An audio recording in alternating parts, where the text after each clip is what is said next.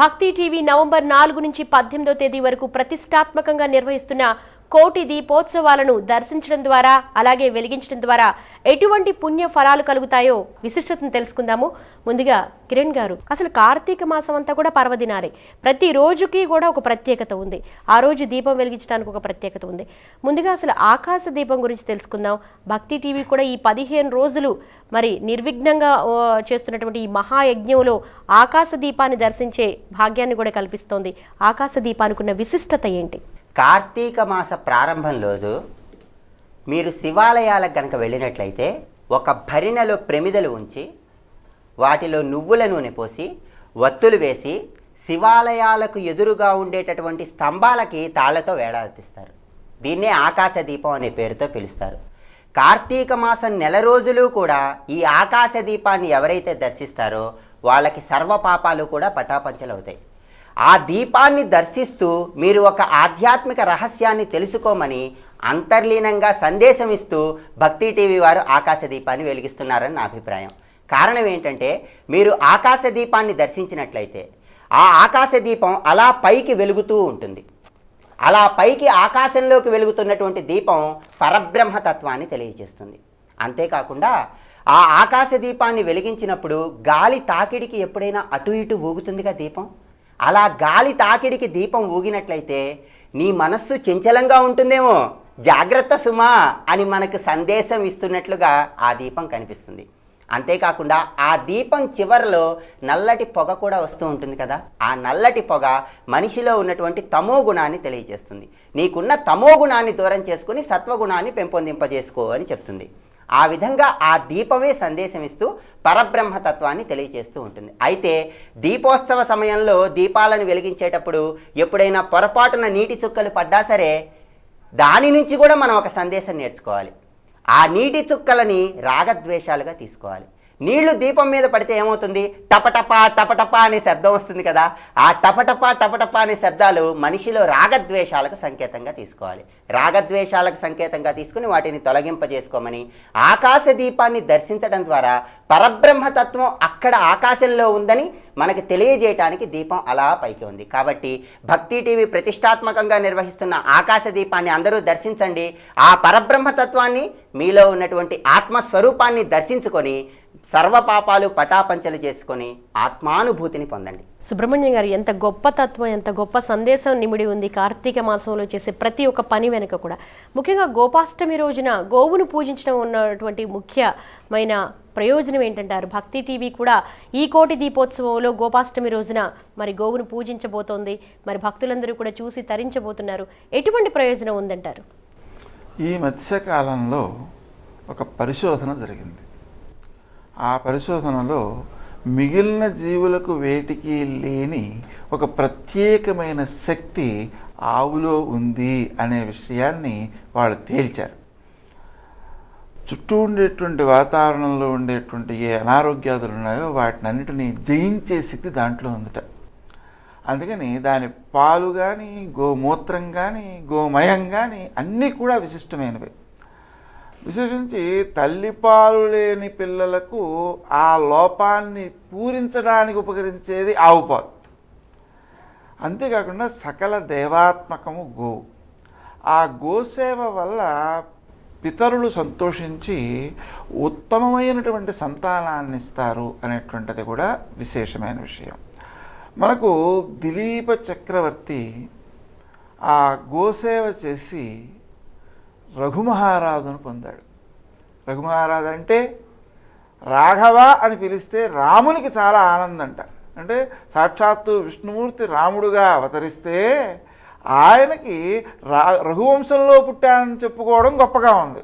అటువంటి రాఘవ శబ్దాన్ని మనం గుర్తించినట్లయితే రఘుమహారాజు యొక్క వైశిష్ట్యం మనకు తెలుస్తుంది. అటువంటి రఘుమహారాజు జన్మించడానికి కారణం గోపూజ అయింది.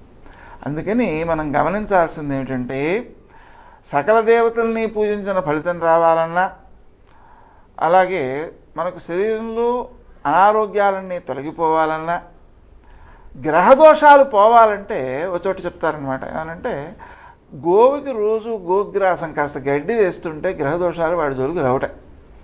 అలా గ్రహదోషాలు తొలగాలన్నా, ఉత్తమ సంతానం. మనం ప్రపంచం మొత్తంలో భారతీయులు అన్నవాళ్ళు సుమారుగా 5% 6% ఉంటారు. కానీ ఈ భారతదేశంలో ఉన్న ప్రత్యేకత ఏమిటి అంటే ఉత్తమ సంతానం కోసం భగవంతుణ్ణి ప్రార్థించాలి అనేటువంటి ధోరణి. అంటే మనం సమాజానికి ఉత్తమ పౌరుల్ని అందించే బాధ్యత కలిగి ఉన్నాము అనే ధోరణి. లోకంలో మీకు ఎక్కడ చూసినా సంతానం కావాలనుకునేవాళ్ళు చాలామంది కనిపిస్తారు. ఆ సంతానం పుట్టిన తర్వాత ఎందుకు పుట్టారా బాబు వీళ్ళు అని బాధపడేవాళ్ళు కనిపిస్తారు. అంతేకాకుండా పిల్లల నుంచి భయపడేటువంటి తల్లిదండ్రులు ప్రపంచం అంతా కనిపిస్తారు. అమెరికాలో చిన్నపిల్లవాడు ఏం మాట్లాడితే దానికి అంగీకరించాలట. అంగీకరించకుండా ఏ కొంచెం వ్యతిరేకం చెప్పినా వాడు ఫోన్ చేసి నా తల్లిదండ్రులను బాధిస్తున్నారు అంటే ఈ తల్లిదండ్రులను తీసుకెళ్ళి జైల్లో పెట్టేస్తారట. అంటే ఇది జరుగుతోంది అక్కడ, చాలా భయపడుతున్నారు. ఆ రకమైనటువంటి స్థితి లేకుండా పిల్లల్ని ఉత్తములుగా రూపొందించేటువంటి విధానం మన ఆచారాల్లో మన సంప్రదాయాల్లో ఉంది. కాబట్టి మనం అటువంటి ఉత్తమ పౌరుల్ని అందించడం కోసం, సకల సుఖాలు శుభాలు చేకూరడం కోసం, విశేషించి గ్రహదోషాలు నివారించబడడం కోసం ఆ ఆవుని పూజించుకోవడం అనేటువంటిది ముఖ్య కర్తవ్యం. కాకునూరి గారు, అంటే కార్తీక మాసంలో మఠాధిపతుల అనుగ్రహ భాషణలు వినడం ద్వారా కానీ వారిని సేవ చేసి ధరించడం ద్వారా కానీ ఎటువంటి ప్రయోజనం ఉందంటారు? అసలు ముఖ్యంగా అనుగ్రహ భాషణలు వినడం ద్వారా ఎటువంటి పుణ్యఫలం కలుగుతుంది? సామాన్యంగా అందరిలోనూ కూడా భగవతత్వం ఉన్నది. ఒకసారి షిరిడి బాబా, పుట్టపర్తి బాబా వారి జీవిత చరిత్రను మనం గమనిస్తే పుట్టపర్తి బాబా ఓ మాట ఇలా అన్నారు అని వర్ణిస్తారు.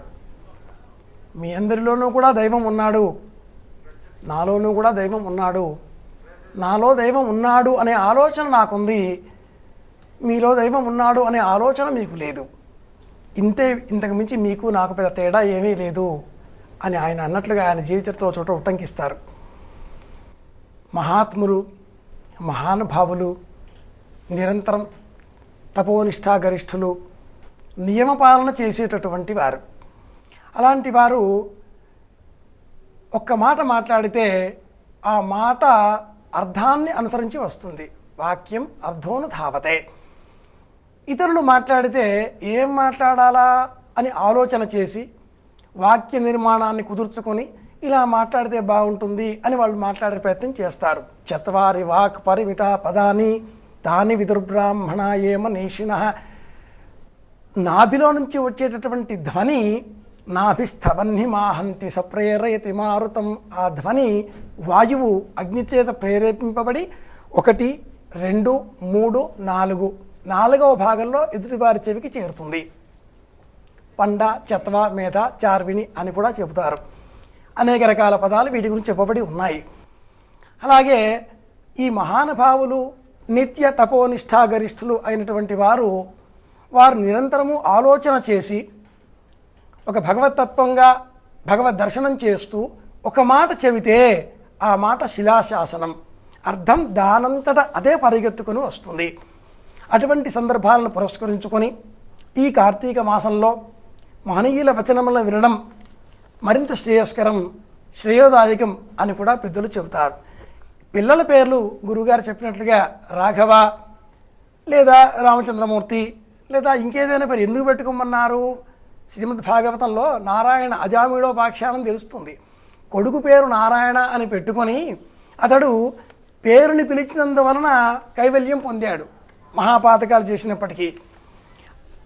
భగవత్ నామాన్ని ఉచ్చరించడంలో ఇంత పుణ్యం మనం లభిస్తున్నప్పుడు నిరంతరము భగవత్ సేవలో ఉండేటటువంటి మహనీయుల వాక్ సంపద ఒక్క మాట చాలు మనల్ని తరింపజేయడానికి.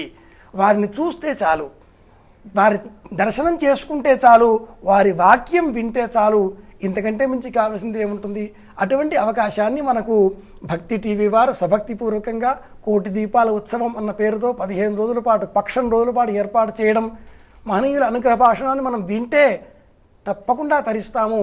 పాపములన్నీ కూడా వారిని దర్శించడంతో మాత్రమే తొలగిపోతాయి. అలాంటప్పుడు ఇంకా వింటే ఆ ఫలం చెప్పడానికి అలవి కానటువంటిది, తప్పకుండా గొప్ప ఫలం లభిస్తుంది.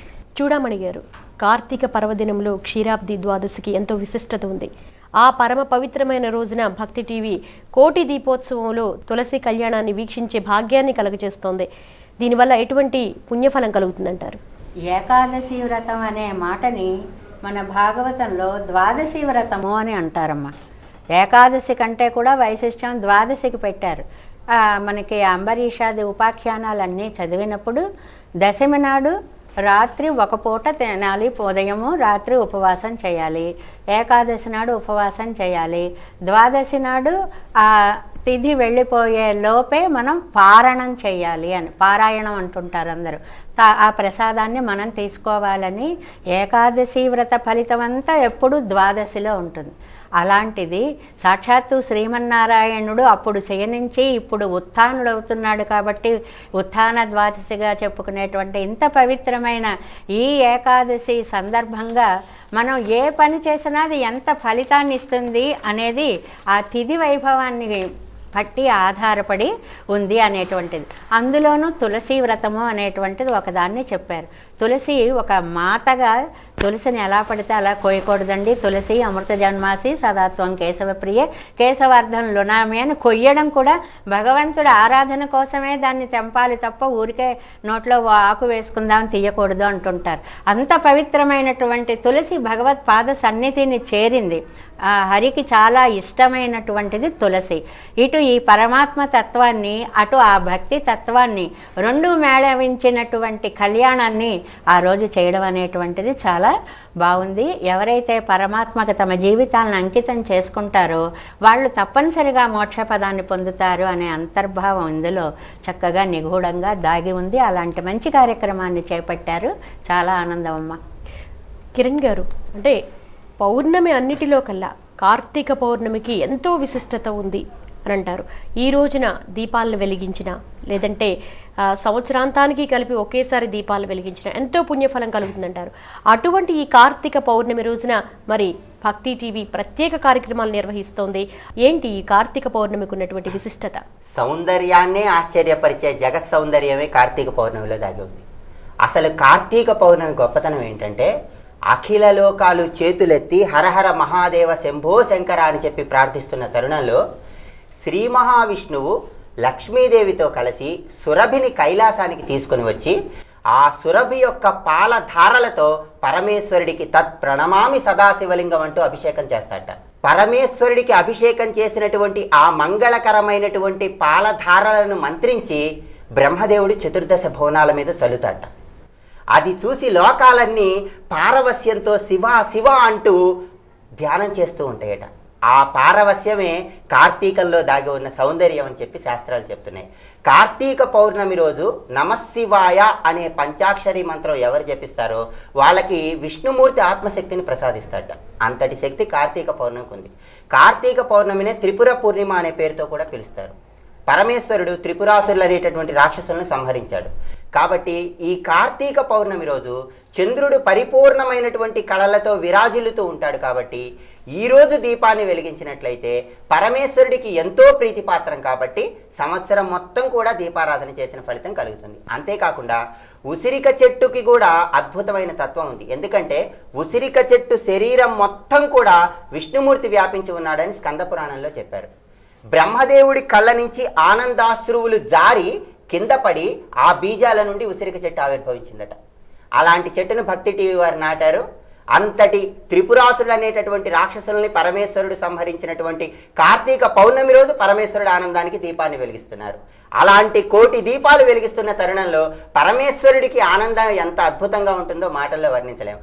అఖిల లోకాలు చేతులెత్తి మాం రక్ష రక్ష అంటూ పరమేశ్వరుని ధ్యానిస్తున్నట్లే ఎన్టీఆర్ స్టేడియం మొత్తం కూడా ఆ దీపాలు వెలిగించి పరమేశ్వరుణ్ణి నమశివాయ పంచాక్షరి మంత్రంతో ధ్యానం చేయడం ద్వారా సర్వజన్మల పాపాలు కూడా నశిస్తాయని చెప్పేసి నా ఉద్దేశం. సుబ్రహ్మణ్యం గారు, భక్తి టీవీ ప్రతిష్టాత్మకంగా నిర్వహిస్తున్న ఈ కోటి దీపోత్సవం 3వ సోమవారం రోజున సామూహిక దీపోత్సవాన్ని నిర్వహిస్తోంది. ఇది మొత్తం ప్రత్యక్ష ప్రసారం ద్వారా విశ్వవ్యాపితమై అందరూ వీక్షిస్తారు, తరిస్తారు. ఈ దీపాలను, ఈ కోటి దీపాలను వెలిగించడం ద్వారా, లేదా ఈ కోటి దీపాల వెలిగించేటువంటి ఒక అద్భుతమైన దృశ్యాన్ని చూసి తరించడం ద్వారా ఎటువంటి పుణ్యఫలం కలుగుతుందంటారు? సామాన్యంగా మంచి పని చేస్తున్నప్పుడు దాన్ని దర్శించి ఆనందించడం ద్వారా ఆ పుణ్యఫలాన్ని వ్యక్తి దక్కించుకోగలుగుతాడు. అయితే మనకు గతంలో ఆలయానికి వెళ్ళి కొంతమంది అక్కడ దీపాలు పెట్టుకుంటే చూడడం లాంటివి కొంతమందికి సాధ్యపడేది. ఇప్పుడు మన ఇంట్లో కూర్చుని మనము ఆ దీపాలన్నిటినీ కూడా దర్శించి పుణ్యాన్ని దక్కించుకునే ఘనతను ప్రపంచానికి అంతటికీ అందిస్తున్నారు. కాబట్టి ఇది అద్భుతమైనటువంటి అపూర్వమైనటువంటి సన్నివేశంగా గుర్తించవచ్చు. ఆ దీపాలన్నింటినీ చూచి భగవత్ స్వరూపంగా నమస్కరించుకోవడమే భక్తులందరూ చేయదగిన ఉత్తమోత్తమైన చర్య.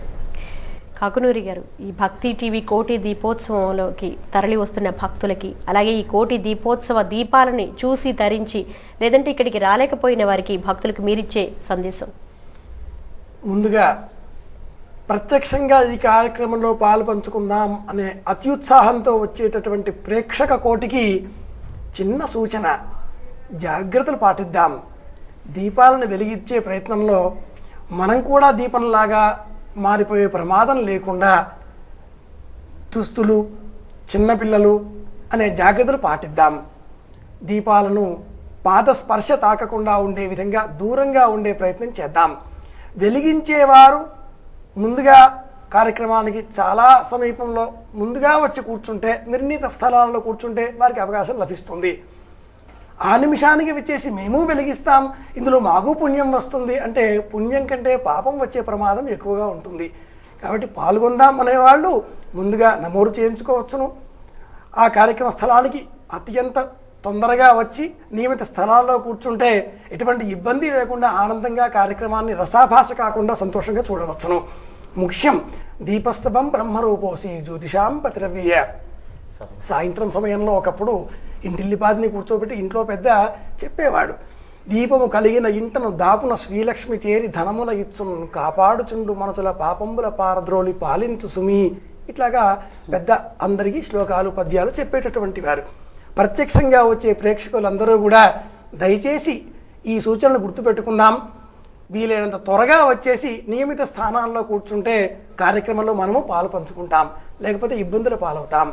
పరోక్షంగా ఇళ్లలో ఉండి ఈ కార్యక్రమాన్ని చూసే వాళ్ళంతా కూడా ఈ దీపం చూడడంలో ఇది ఒక దీపం కాదు సుమా, ఒక దీపానికి 100, 1000, 1,00,000, 10 లక్షలు, కోటి, నిర్బుదము, అర్బుదము చూచే వాళ్ళ ముఖములలో ఈ కాంతి ప్రతిఫలిస్తుంది. కాబట్టి ఇది కోటి కాదు, వేల వేల కోట్లుగా భావించి దీపమునే పరంజ్యోతిగా భావించి నమస్కారం చేసే విధంగా ప్రార్థనలు చేయాలి అని మనం చేసుకుందాం.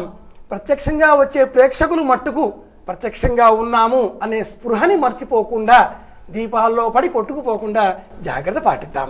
చూడమణి గారు, భక్తి టీవీ ఒక మహాయజ్ఞాన్ని తలపెట్టింది. ఈ మహాక్రతువులో, ఈ కోటి దీపోత్సవంలో పాల్గొని భక్తులకు మీరు చేసే సూచనలు?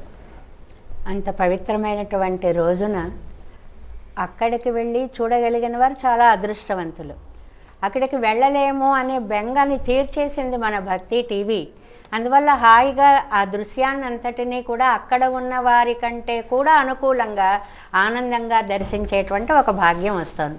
ఆ సమయానికి మనం కూడా ఒక చక్కటి భగవంతుని ముందు దీపాన్ని అర్పించుకొని మనం కూడా కోటి దీపాలు వెలిగించినంత దివ్యానందాన్ని పొందుతూ ఆ కార్యక్రమాన్ని దర్శించండి. ఇది ఒక మహద్ అవకాశం, దీన్ని ఎవరు కూడా విడిచిపెట్టుకోకండి.